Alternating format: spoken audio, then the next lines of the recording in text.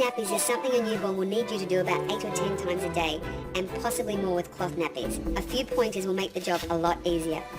You'll need to keep one hand on them the whole time, so make sure you have everything in reach before you start.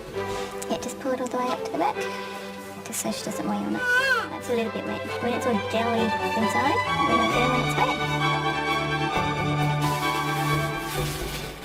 Tends to be that danger period in between getting the old nappy off and the new one on. You can spring a leak at any time. That's kind of when it really starts to get a bit messy.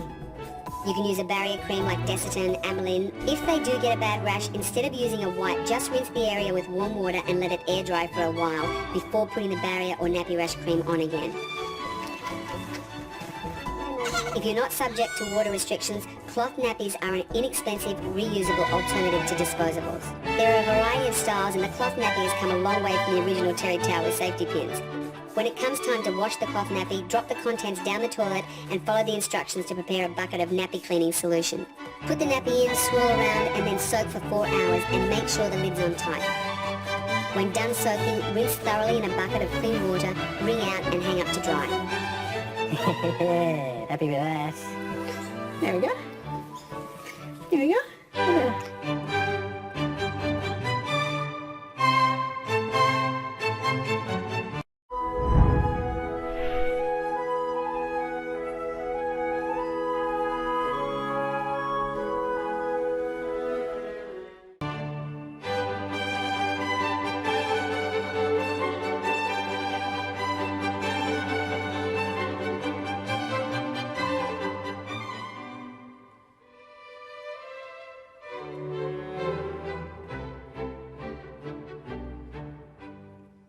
Changing nappies is something your newborn will need you to do about 6 or 7 times a day. If you use cloth nappies, you might need to change these more often. Before changing your baby's nappy, set up the change area with a clean nappy, baby cream, wipes or washcloths, and fresh water. Never leave a newborn or baby unattended on a change table. They can squirm or roll off in seconds. If you have to take your eyes off baby, keep your hands on. Lie your baby down on the change table and undress his bottom half. We're going to change your nappy, Bubba. Okay, we're going to change your nappy. If he grizzles, sing him a song or give him a favourite toy to keep him entertained. Unfasten his nappy. The cooler air may make him wee, so keep a washcloth handy. Use the front of the nappy to wipe off any poo. Fold the nappy into a tight bundle to prevent spillage. Gently clean baby's bottom using baby wipes or a damp washcloth. Make sure you get into the crevices, but avoid separating a baby girl's labia to clean inside. Likewise, a boy's foreskin should never be pushed back. Wiping girls from front to back will help avoid vaginal infections. Open a clean nappy and make sure the fastening tabs are towards the top. Lift baby up by the ankles and slip the nappy beneath his bottom. Good boy. Alright. That's all, Papa. Okay, we're going to put a little bit of cream on now, okay? Apply a dollop of baby cream to prevent against nappy rash. Cool. Okay. Fold the front flap up, tuck it firmly around baby's waist and secure each tab. I'm going to put this one over this side. Don't cover the belly button in newborns or make the nappy too tight. This one. Put your foot back in here for me. Good boy. Once you've dressed your baby, secure him in a baby chair or cot or place safely on the floor. Dispose of the dirty nappy and wash your hands. Okay. Good boy.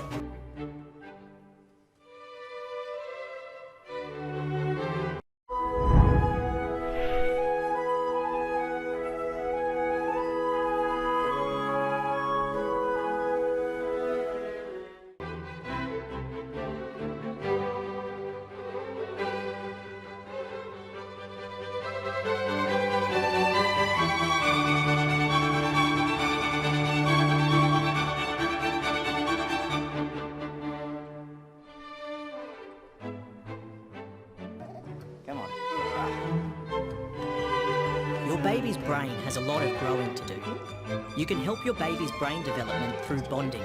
Lots of smiles, cuddles, and loving words.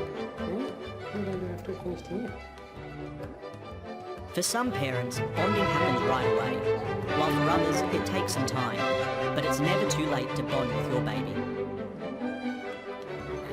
Physical affection makes babies grow.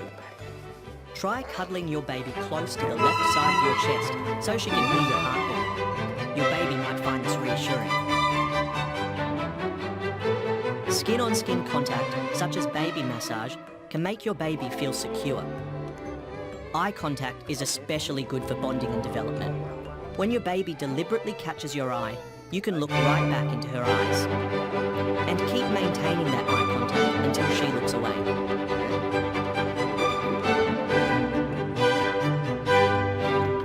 Babies love to hear you talk.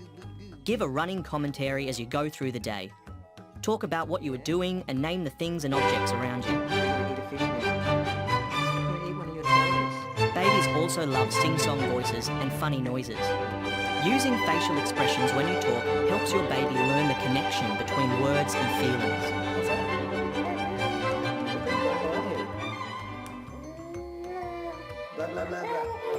When your baby starts to babble, you can repeat the sounds he makes and practice taking turns in a conversation.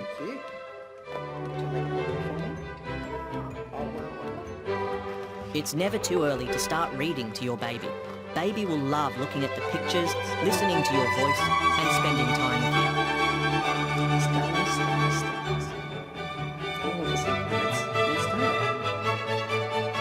Just 10 planets glowing over the black country night. Saturn circled by rings, and Uranus spinning on its side. Windy Neptune and tiny Pluto orbiting wide. Singing songs is a fun way to develop your baby's language skills. Try it in the car, in the bath, at bedtime, even if it's off-key. Your baby will love the rhythm and will be soothed by your voice. Smile at your baby. When he sees you smile, it releases chemicals in his body that help his brain grow and also make him feel good.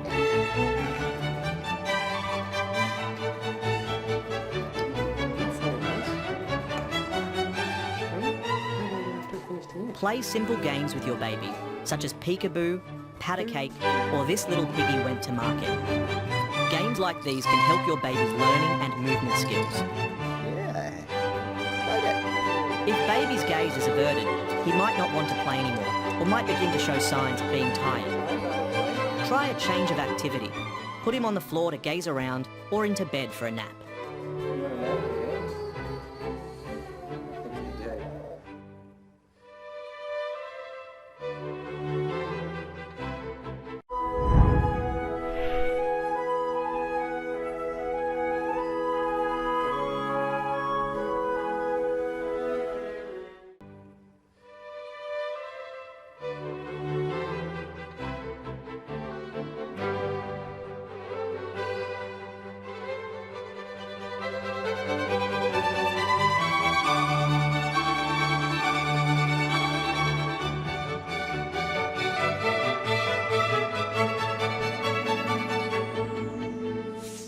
Baby massage is a great way to connect with your baby. It provides a relaxing touch and it often soothes an irritable newborn.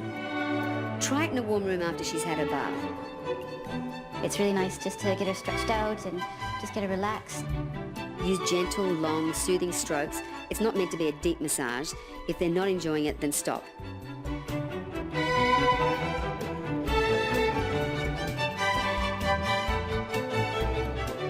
You can rub oil into the scalp to soften if it's dry, but be very gentle around the fontanelle or soft spot on the top of their head.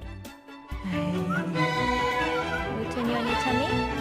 And when you finish the front, you can turn them over and massage the other side, being careful to support their head and neck. You and your baby can figure out what she likes together. Hey, sweetheart.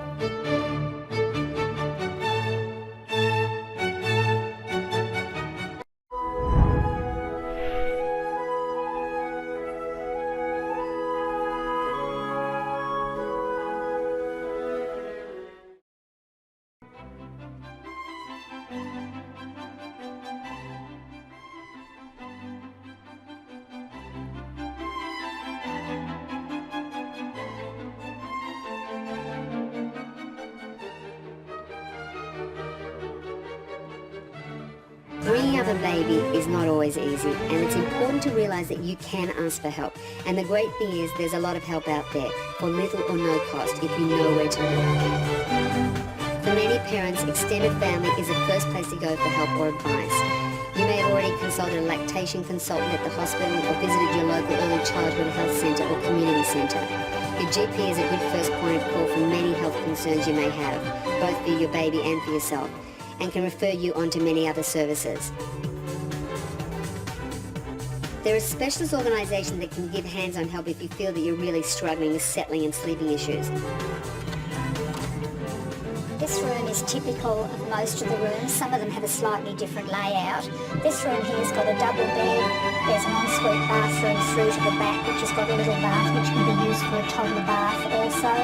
And this room here is what we call the baby nursery. And this is where the baby comes to do its little bit of sleeping. And for the first 24 hours, the staff are actually doing the settling, so the baby's closer to where we can hear it. But then we bring the baby around here, as you can see, close to the parent, so the baby and the parent are together, and we can access the nursery easily from the outside, and we can also help the parent while they're doing the settling. Also an outdoor area that comes off this main play area. So this is where we encourage the mums and dads to come and pop their little ones down on the floor and do some playtime. This is a really lovely spot, and particularly if the weather's not too hot, you'll often find a lot of babies around playtime out here using these ride-on toys. And as I said, the parents will sometimes bring their meals out here as well. So we have a nursing staff team which comprises a number of different expertises, and we also have the psychology, social work and psychiatry team. It's a really easy service to access. It's available to everybody. There are similar services in other states. Sometimes you just need to share strategies and talk about challenges you're all facing. You can check with the local child health centres to find a local mothers or fathers group, and there are also some specialist parents groups out there. Another great place to get to know some other parents in your area is down at the local playground.